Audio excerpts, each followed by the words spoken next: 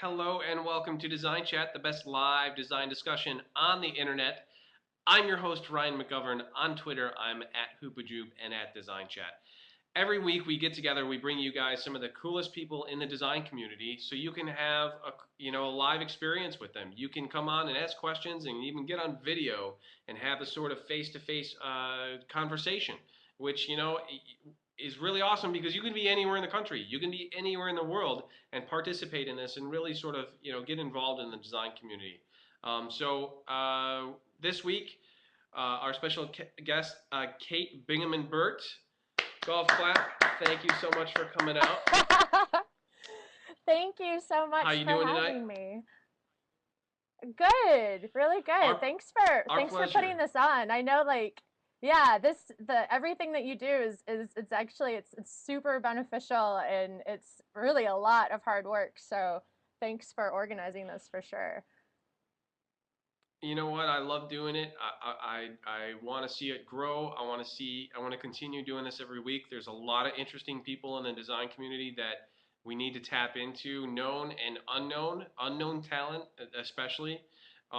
People that are doing amazing work all over the place, and not being seen or, it's such an amazing time. So why wouldn't we take this opportunity to reach out? It's so easy. These tools are free, and then record it and put it out for everybody. I'm really excited about it. So thank you. That means a lot that you said that. I love doing this, and I want to watch it grow. Awesome, thank you. So usually we go ahead. Oh, you know what? I'm actually going to remember this time and do my announcements at the beginning. Usually I remember halfway through the chat, and then I got to stop, the whole conversation and momentum and stuff to do these. But so I'm actually doing it the right way today. Got to send out a quick thank you to Samana Mason. We are broadcasting from Samana Mason in West Dundee, Illinois. Check them out. They're on Twitter. They're at Samana Mason, or look at their website, samanamason.com. There is their link in the chat room.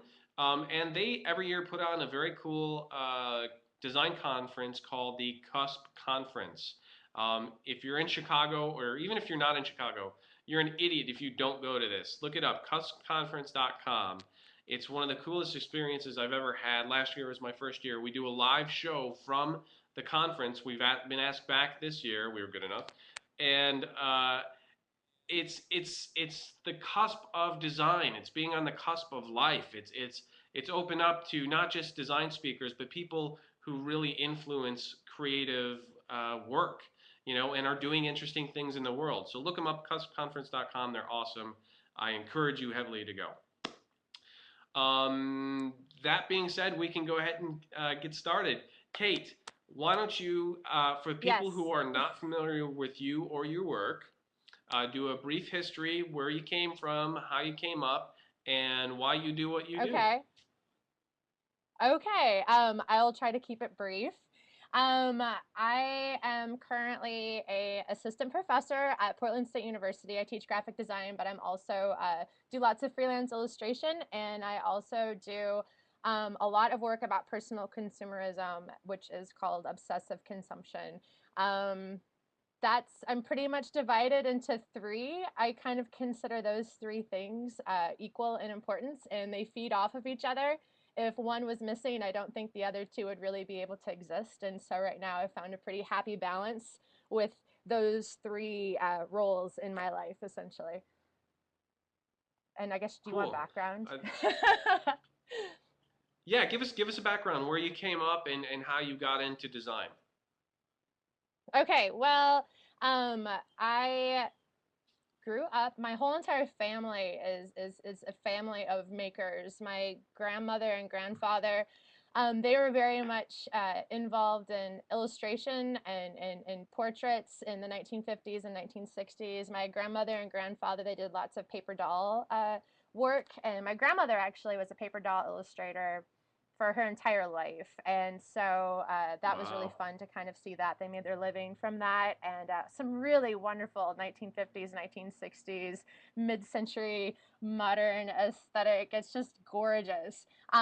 Anyhow, and my grandmother, she never really had to go out and look for work. People always came to her, and she also raised a gaggle of kids too.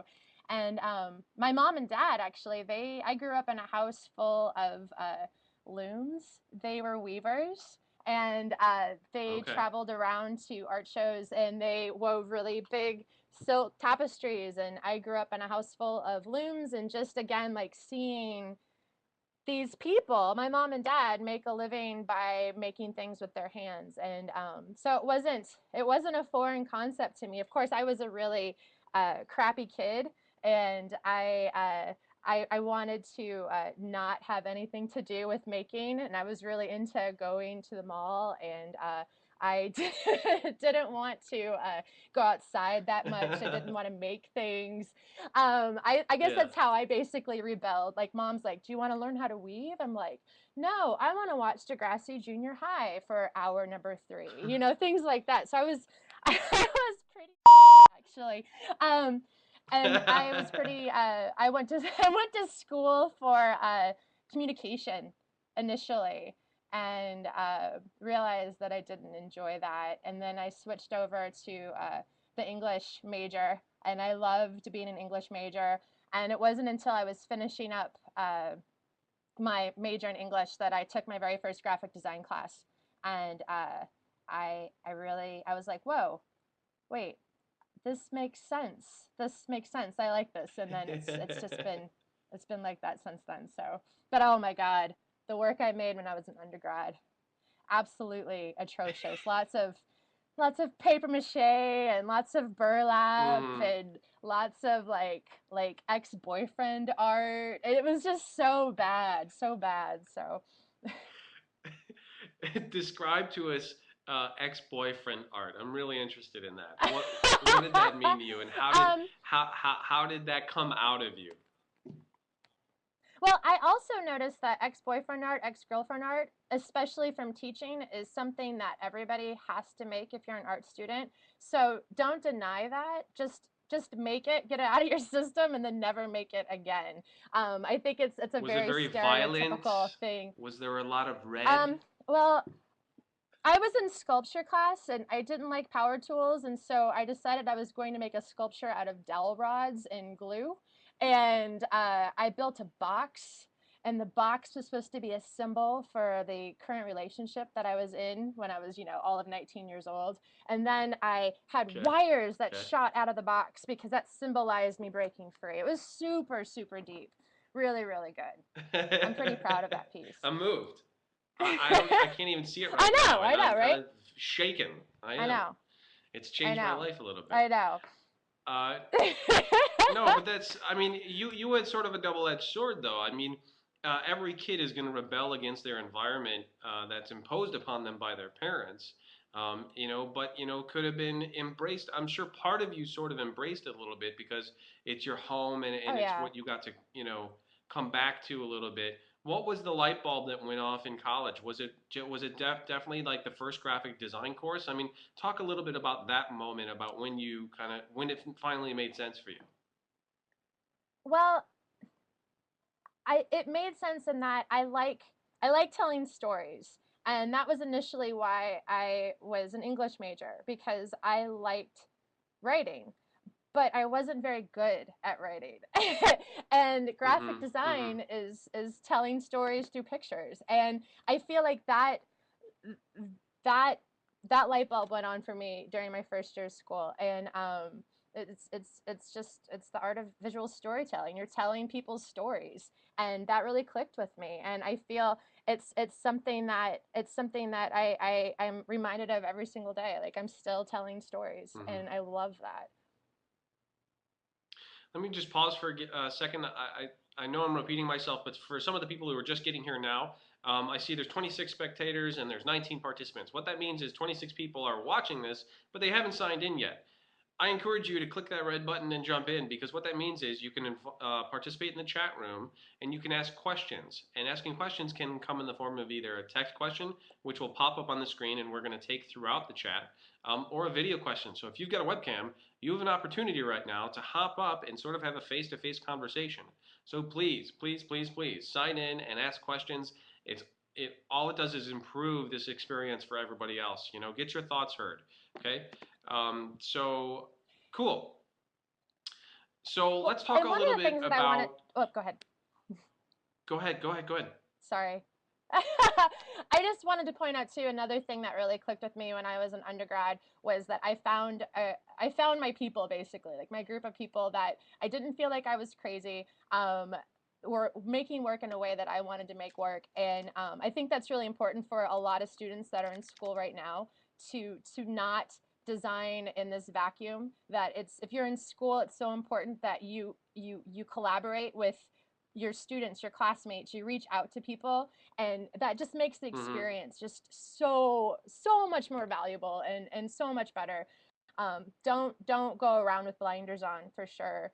But yeah, like I'm still really good friends with his name's Denny Schmickel. I actually think he's in the chat, but he was like my go-to guy when I was an undergrad, and he's still making amazing work, and that was like that really clicked with me too. I'm like, oh, you're one of my people. Nice. And you bring up a cool subject that I definitely want to get into, and it has to do with how you've incorporated new technologies in your teaching right now, and the way that you're doing that. Because the first time I heard your name was during our show, or it was either before or during. I was talking to Nicholas Felton, who does the sort of data visualization tools, and he's got something called Datum, DAYTUM.com. And he had mentioned that you had him video broadcast a lecture to your class, or a discussion, a sort of a live video interface, which of course rung my bell right away because we're all about that right now and the power of using that. So tell us a little bit about how that happened and the sort of program that you've started there. Well, I started really incorporating technology into teaching when I first started teaching at Mississippi State University in 2004. Um, we all universities have this really antiquated kind of internal system of distributing files and message boards and things like that. Sometimes it's called Blackboard, sometimes it's other things, but almost all the time the user interface is horrible and no one wants to log into it, no one wants to use it. And so I just set up a system of blogs at Mississippi, and the students really took to that, just using, it was just like a blogger blog. It was nothing. This was like in 2003, 2004. Um, and so Mm-hmm. I started communicating that way, and then and just using blog platforms and not and getting away from paper-based syllabi, and really incorporating technology in the classroom, but still having a really active hands-on classroom just makes so much sense, especially in the era that we live in now. It's ridiculous. There's so many free tools Yeah. out there that you can use to really enhance the Yeah. the learning and design experience.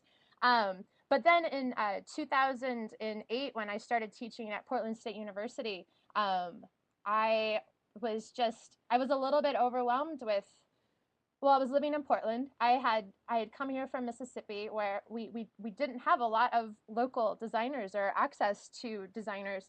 And then I come to Portland, where it's just amazing. It's so wonderful that the resources that all these students have at their fingertips.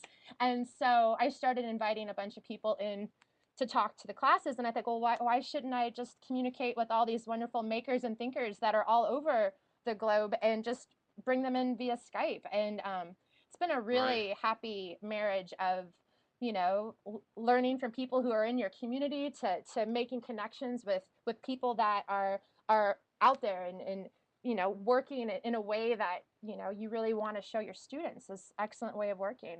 And fortunately, I've contacted some just amazing people, and they've all been really responsive and receptive into coming in and talking, and the students freaking love it. So yeah, I love it. I don't want to stop doing it, for sure. You're we're on the same wavelength here. We're making use of the tools that are out there to really connect with the people that we want to connect with. And I still think we're in the extreme early stages of this. I think the popularity of this type of discussion is going to explode, because of how easy it is. Once you're on and you've had a couple of, you're dealing with online web apps and that sort of thing. You said it, right when you jumped in. I can't believe how easy it is to jump in, and it's going. You don't have to download an application. It's not taking up room on your computer. None of that stuff. and it just works, and it's really really exciting.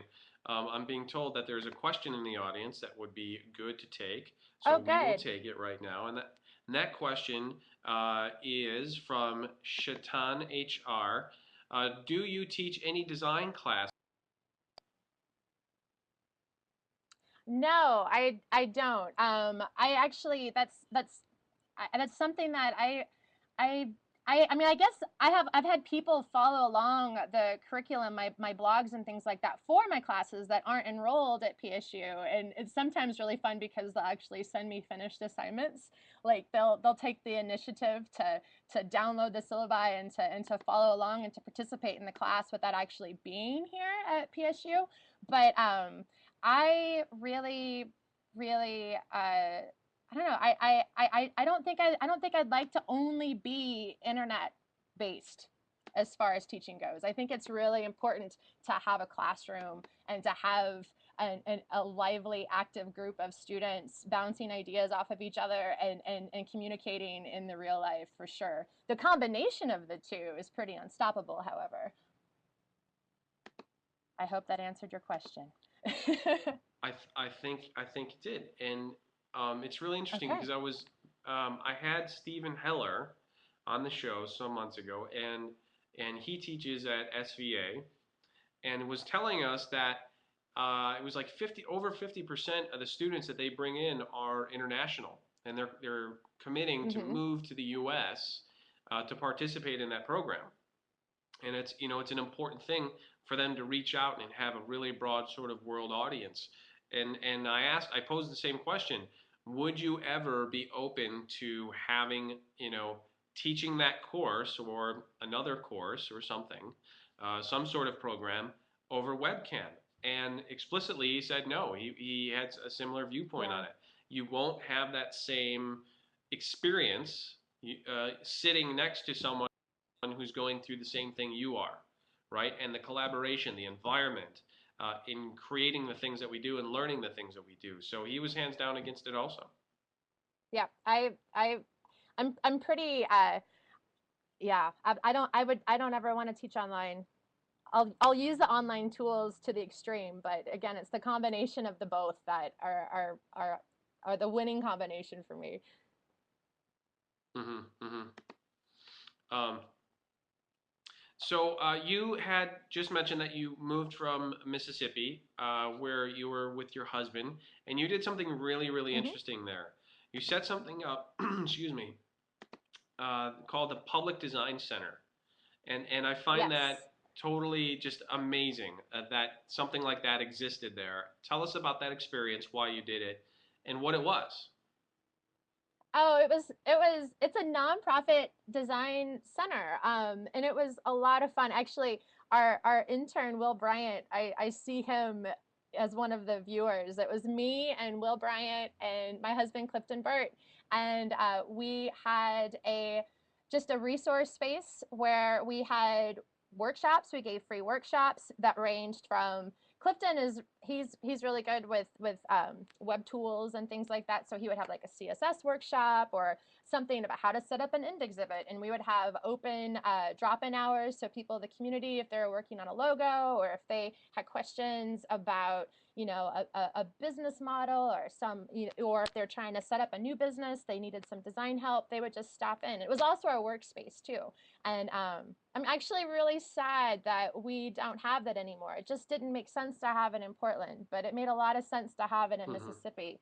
But we made a lot of really good connections. Actually, my husband, he just left today to go down to Alabama. He's at the Rural Studio, which, if you aren't familiar Uh-huh. with the Rural Studio, is a really fantastic architecture program out of Auburn that works with the community and builds really dynamic and innovative structures for people of Greensboro, Alabama, and Hale County. And he actually is there for the week to work on their materials and design stuff. So he's still very closely connected to all that's going on down in the South. He loves the South. I love it too. I miss it.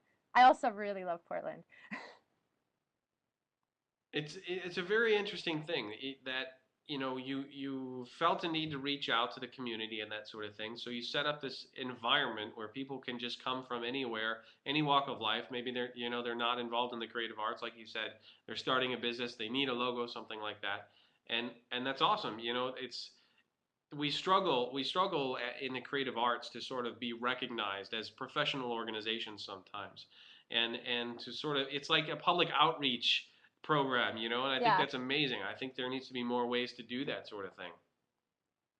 Thanks. It was nice because it was passive too. It wasn't like we would go up to businesses and go, "You're doing it wrong," because that's no way to make a change, you know. But you should have. And instead, but instead, like what I think a really effective way to do it is to create a space that is really welcoming, helpful, just a good environment, this safe space so people can come and get help if they want help, because we'll be there to help if they need it.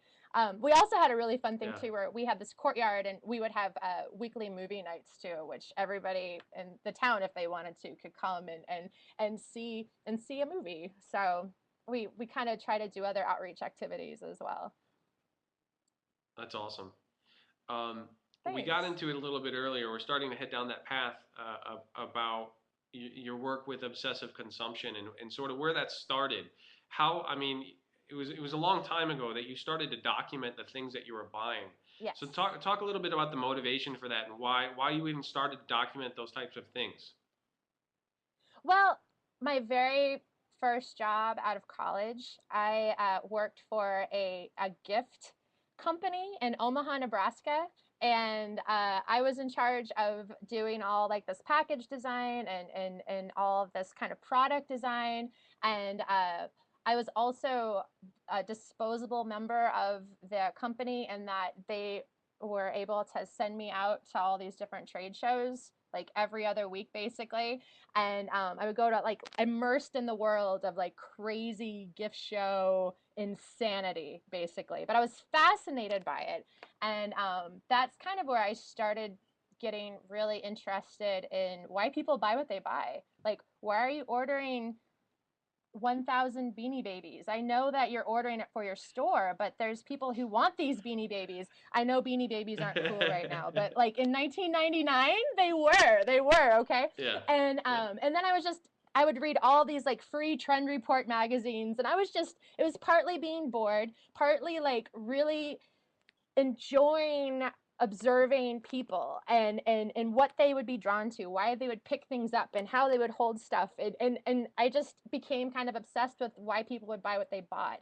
And then I became really obsessed with like the marks that people would leave on these machine made items. And so I would just Hmm. pour over thrift stores and take all these different photographs and just try to figure out like the history of these objects, and even make up stories behind, this discarded stuffed animal that I found. And then that's when I really started. I started documenting my own purchases, and That's when I created the brand Obsessive Consumption, and just kind of, it was all very much tongue in cheek, but still trying to figure out, why we buy what we buy, what is the story behind these objects, and then people would share their stories with me, and I love that.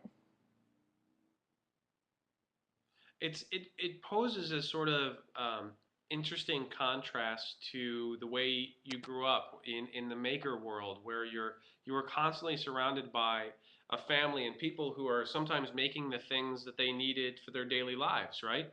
So Yeah. having the mentality of, I have my hands, I can create things with the objects around me, or I can just go out to buy something at the store, or even one step further, I don't have to leave my couch. I can buy something online and someone's going to bring it to my door.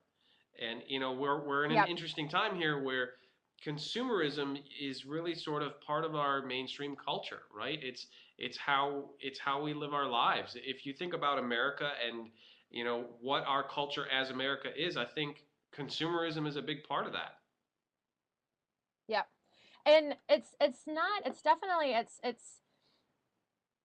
again, I'm not a lot of the work, like I don't try to be preachy. I just, and it goes back with my students too, like if you're going to consume something, think about what it is you're consuming, whether that's an object or whether that's a movie that you're watching, or if you're going to sit down and watch an entire afternoon of America's Next Top Model, you better be critiquing the crap out of it. I don't know, like you don't want to be a passive consumer, whether that's, you know, through culture or through your purchases. It's just always kind of like asking yourself these questions and just observing and just really paying attention to the things that you're doing.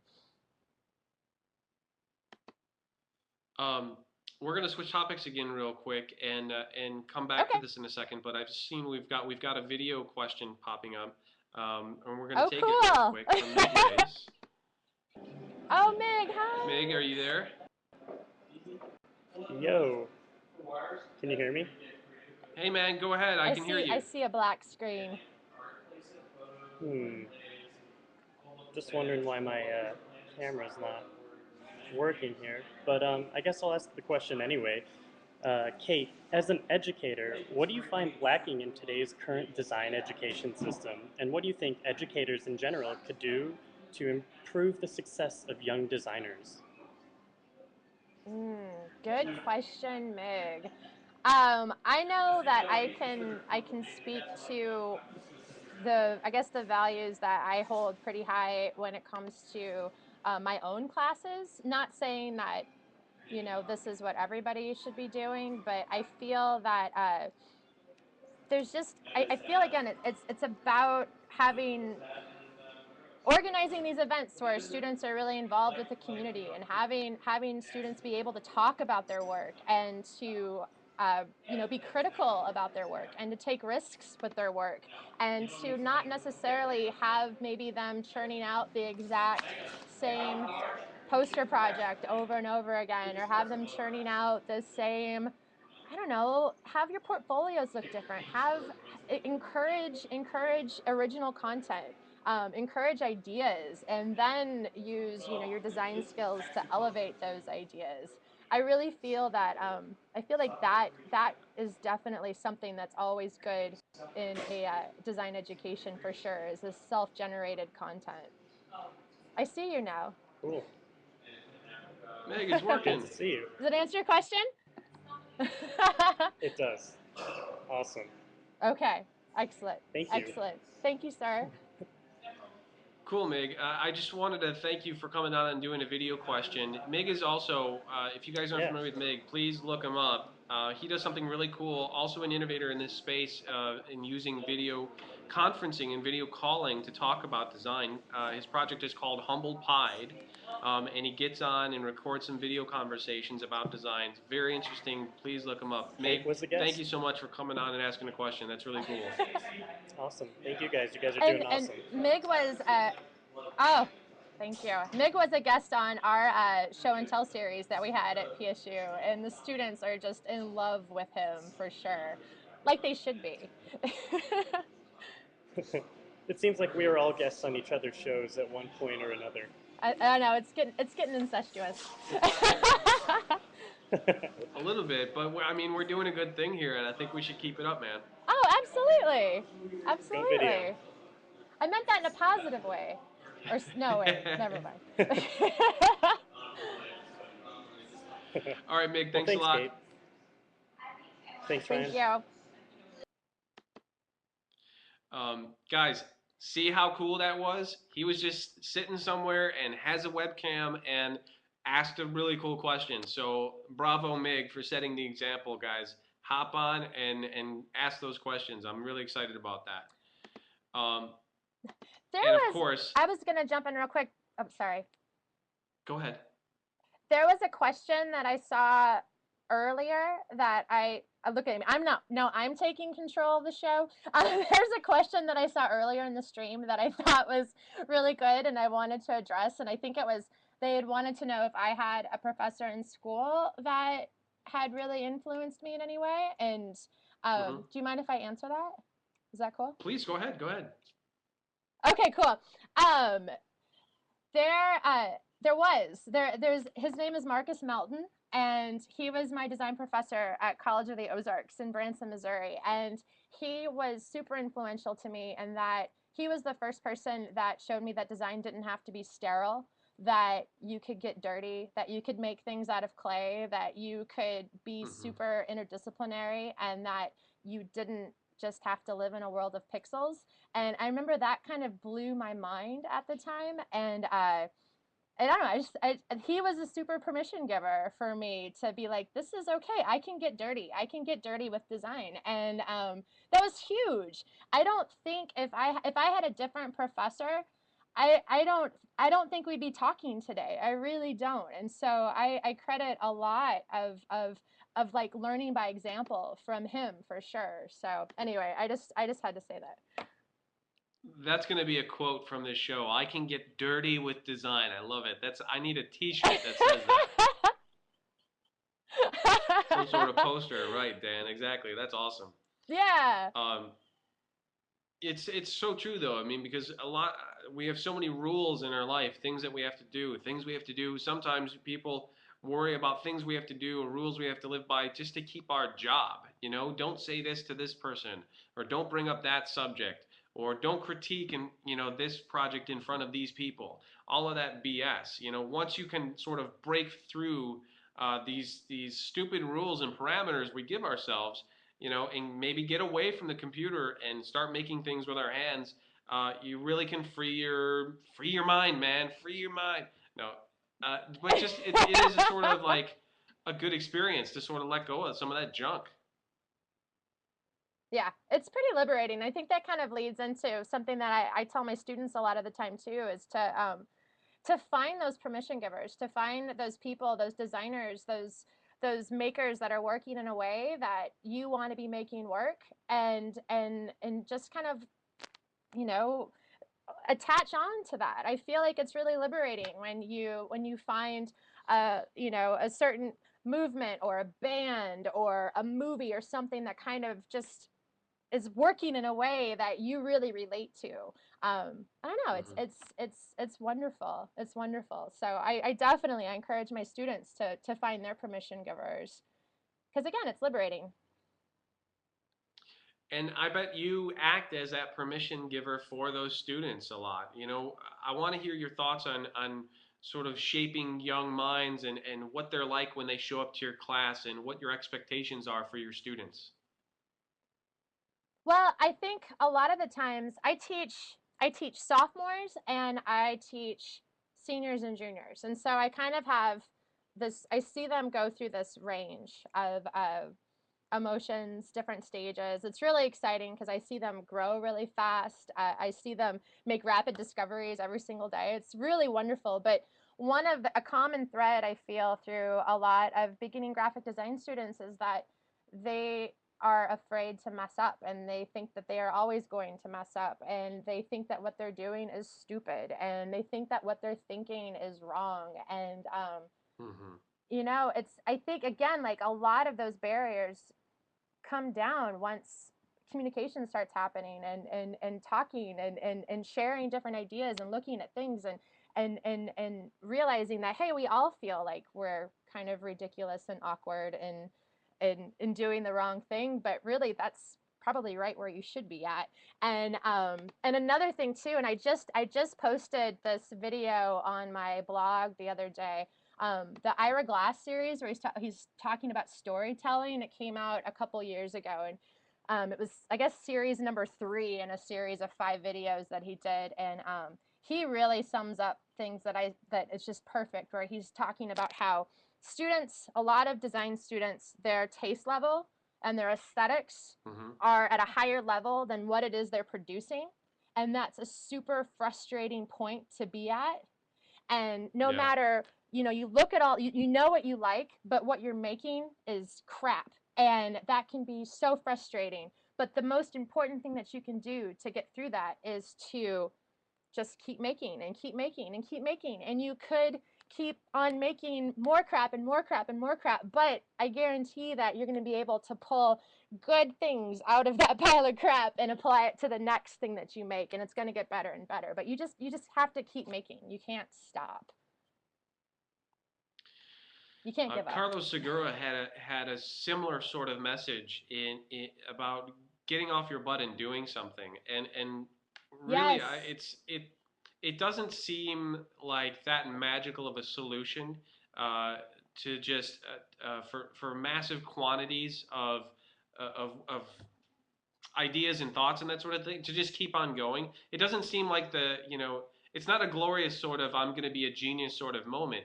It's a logistics problem, right? It's part of the design problem that the more that you keep your mind moving Yes. and using momentum, keeping your momentum of your thoughts coming out, then you just like you described, you'll have a larger palette of choices, right? And then it becomes an editing Absolutely. game. What am I going to pull out of all these ideas that came out of my head that makes sense, and then connect the dots? So it's a really great message to just don't just sit there and stare at a screen and judge yourself before you've even put something out there in the world. It's, do Yep. the work, do enough work that it has to be noticed, right?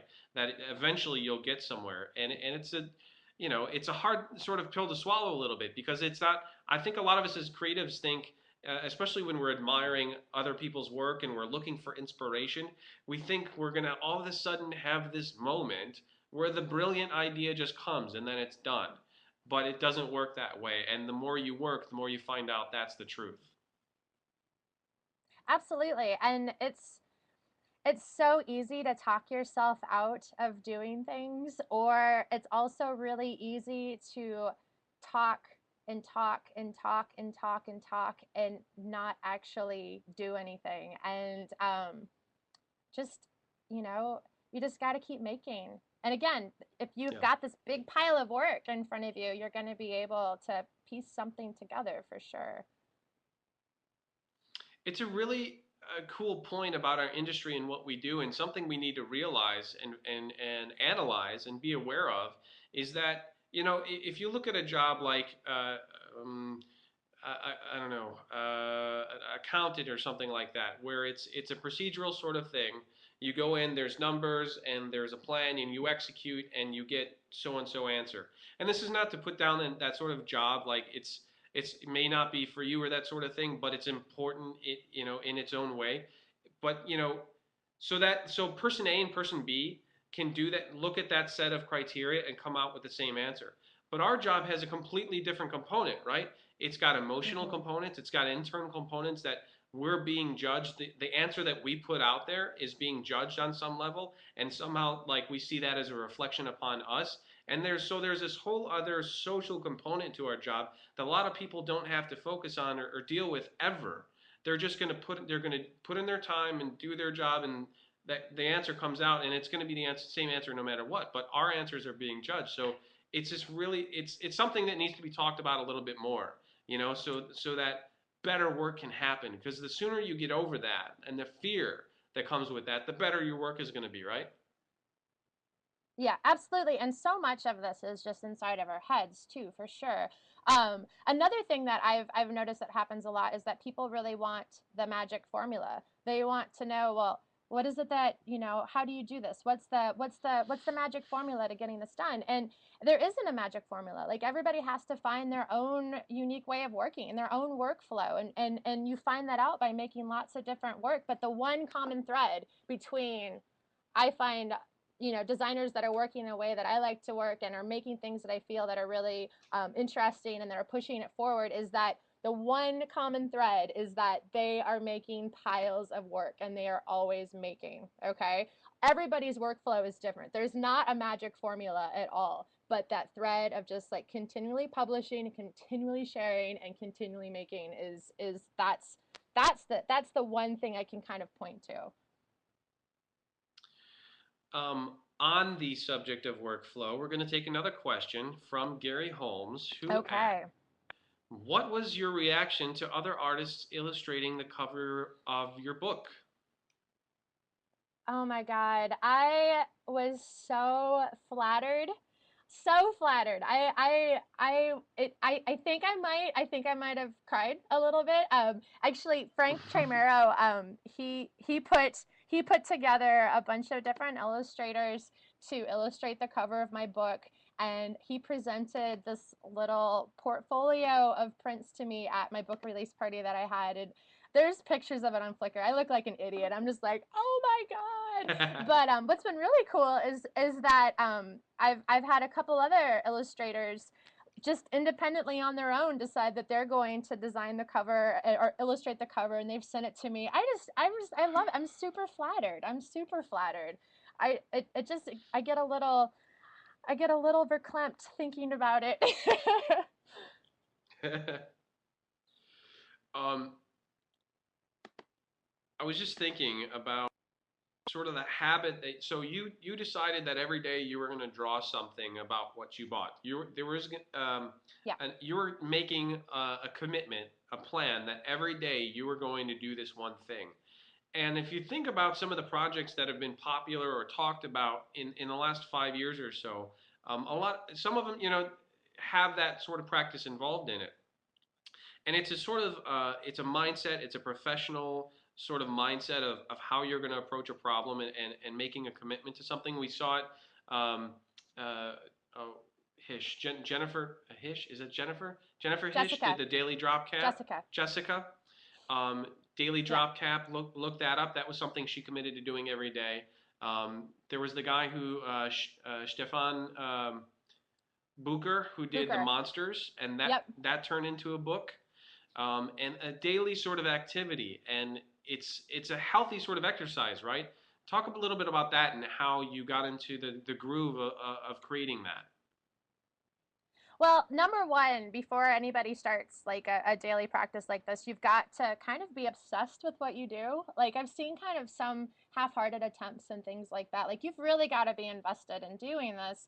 Also, too, don't wait until the first of the month to start this, or the beginning of the year I'm going to start this project. Like start it whenever you feel like you need to start it. Like when I first started documenting all my photographs, it was January 22nd, 2002.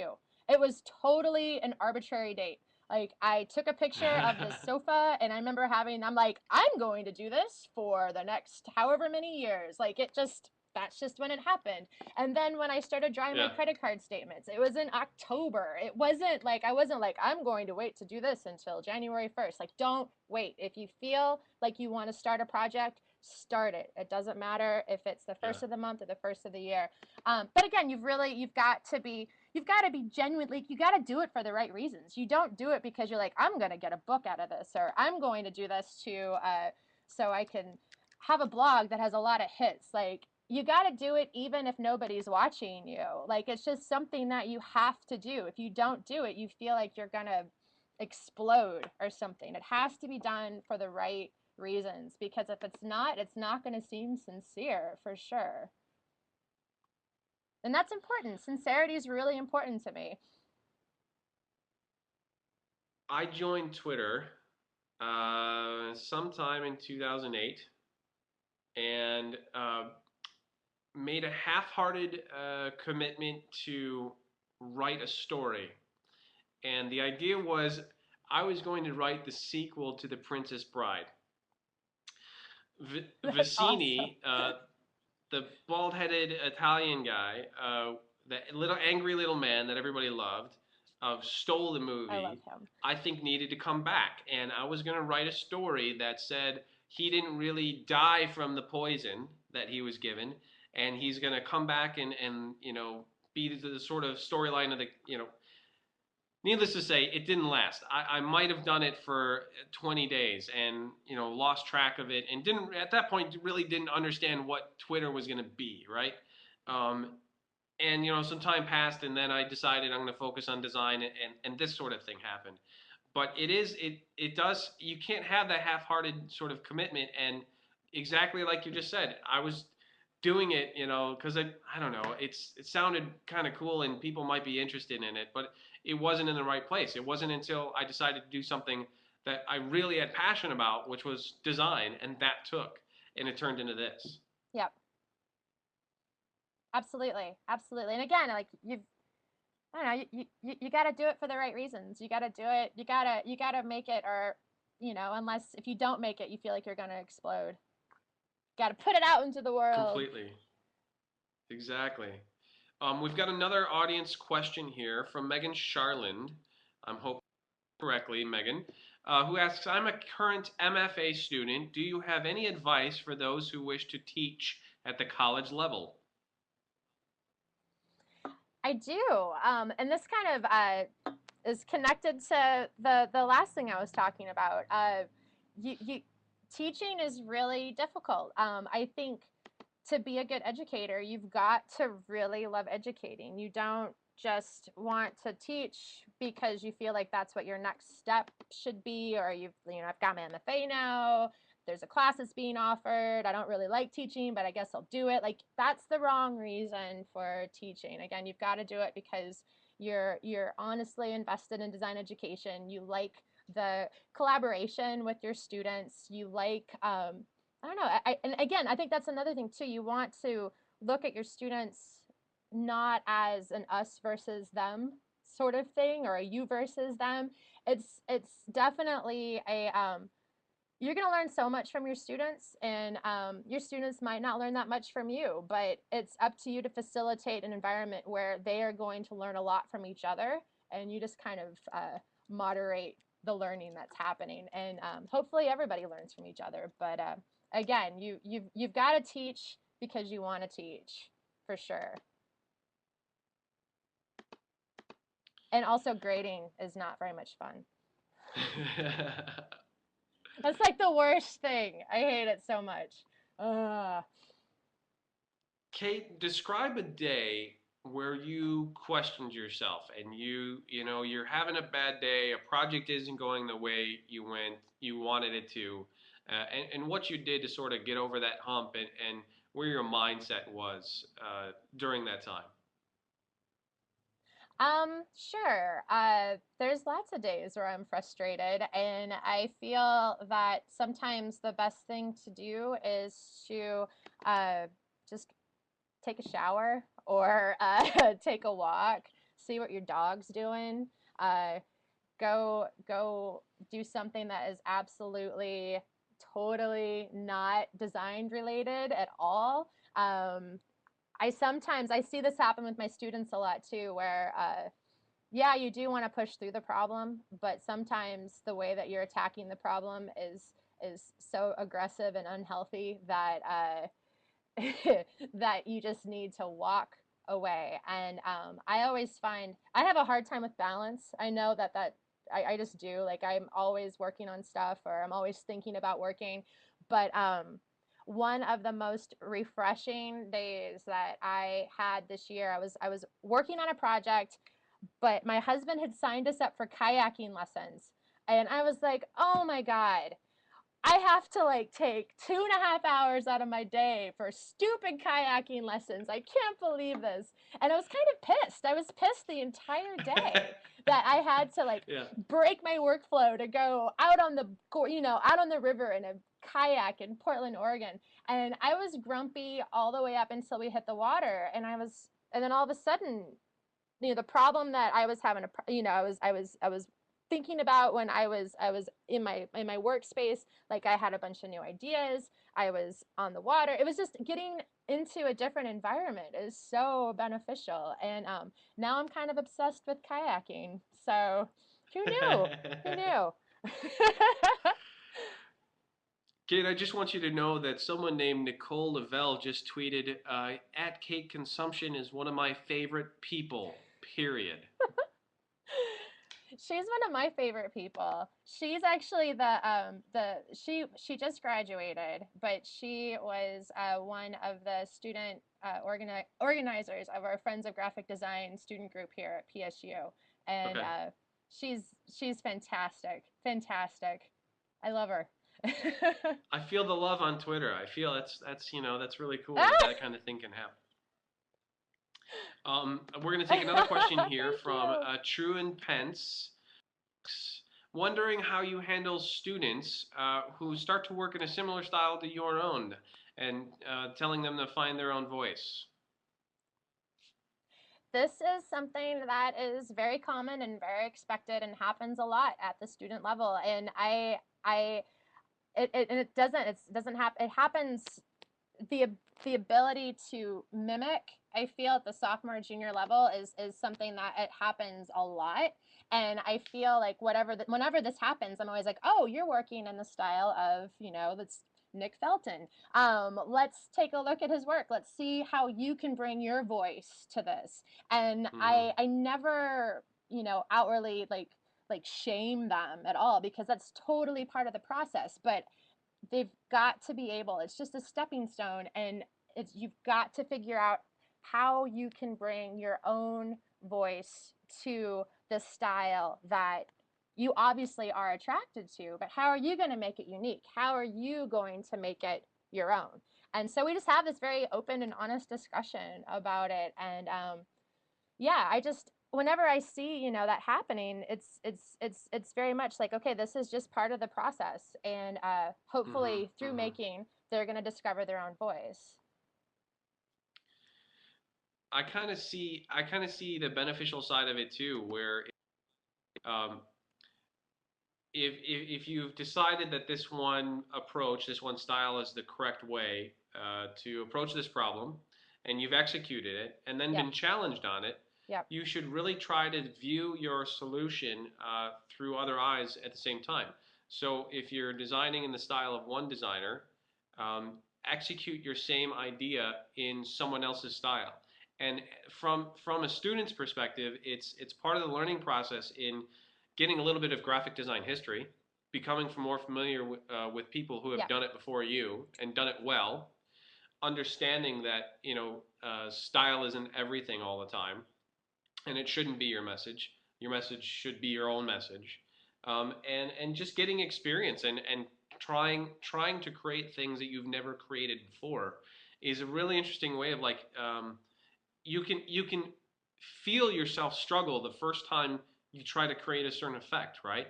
You can feel yourself pushing on, I'm not sure how I'm going to make this work, but I'm going to try this. And then afterwards, it seems so much more clear to you. And then you have different answers for different problems after that. And I think it's a really good sort of exercise.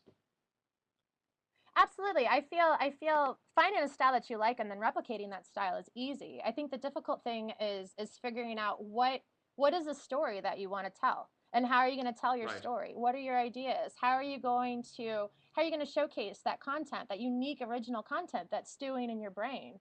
That's the hard part. That's the hard part, because I think you definitely have to have something to say. And Mm-hmm. sometimes I've posed that question, and like, well, I don't know if I have anything to say. And I'm like, well, you need to step away from the computer. Let's go have some one-on-one journaling time. What is it that who are you? Yeah. And then that's when class like spirals down into some like weird psychology session. But I think it's a crucial those are crucial questions to ask yourself. So Totally. We have a few minutes left in our hour. Kate, I know you need to run off to something here. We thank you so much for spending some time with us. If you've got another question, pop it in the chat real quick. I'll make a couple of quick announcements. We've started to populate our blog a little bit on designchat.info, and we've invited some people to blog on the site. And we're inviting as many people as we can. It's about all of these people in the creative design community are already sharing ideas through any number of sources already. So why not have them post on the site and then create some communication in line with the live video chats that we're doing already. So if you guys are interested, email me. I'll put my email address in the chat room, hoopajube@gmail.com. Say hi, introduce yourself, and hopefully, let's expand this community, right? Let's get more people on there and sharing interesting ideas. Even short little blog posts are exactly what we're looking for. We do have another question who just popped in the chat room from Gary Holmes, who asks, "What compelled you to draw 6 years worth of credit card statements?" um, complete and total guilt, and also the fact that I would receive these machine generated statements that no human hand had touched or even Mm-hmm. interacted with, but yet they delivered such an emotional blow to the gut that even when you try to call credit card companies, you can't talk to anybody who really, understands where you're coming from. And so one day in my office at Mississippi State University after one particularly frustrating round of trying to get my freaking APR lowered, and not succeeding. I just kind of sat at this pile of statements on my desk and I started to draw. And because that was really at that moment in time, that was the only control over the situation that I had, was to just draw the stupid thing. And so kind of like halfway through that first statement, I'm like, okay, I'm gonna do this until they're paid off. And yeah, and I started sharing them with people, and people started sharing their stories with me about their kind of credit card debt and shame and their screw ups, and how lots of intelligent, active people can have money problems, and it's really easy to ignore those problems if you don't talk about them. But once you start talking about them, you make them real, and then you kind of hold yourself accountable to it, and then you have to kind of, I don't know, do something about it. So that's how I started drawing my credit card statements. Did you ever use your drawed your drawings while you did your taxes? No. It's like a total missed opportunity. So much tax artwork I could have made, but I just like filled out TurboTax as quickly as I could, and like cringed whenever I'd make the payment just to like rip that band-aid off as fast as possible. So I think that's your no. next book, is a tax project, hand drawn tax uh, filings. Oh my That'd be God. awesome. Okay, I'll do it. um, Thank you, Kate, so much for coming on. We love you for doing it. We love what you're doing with your class. You're Thank bringing you. in video lectures. It's amazing. Keep it up. We can't wait to see what you do in the future. Everybody follow Kate on Twitter. She's at Kate Consumption. We just put the link in the chat room. Scroll up if you missed it. And your website is kateconsumption.com, correct? If I'm remembering that right? Yes. Well, my website's katebingamanburt.com. Okay. So Easy to find. Look her up. yeah. Anything in the Yep. future that you want to tell us about? Something that's coming down the road? Something you want to plug? Yes, I just got permission to talk about it today. My ultimate favorite discount store, Target, which I've done like weirdo obsessive projects about them before. I'm actually going to have products in Target starting August 10th with Paquetto, which is based out Wow. of LA. And so I am beyond thrilled to have that kind of weird meta thing happen to me. I'm so excited. And they just launched their mini site today. So it's paquetto.com/target, and a bunch of different artists are working on it, and it's going to be great. Wow. So Congratulations. That's very exciting. thank you. Thank you. Cool. Thank you to the audience members for coming out and doing this. We do this every Wednesday night, typically at 8 o'clock. We're 1 hour early tonight. Follow me on Twitter at DesignChat for more information about that and upcoming guests. Next week, we are talking to Archive 10 judge Steve Hartman. Going to be a very cool conversation.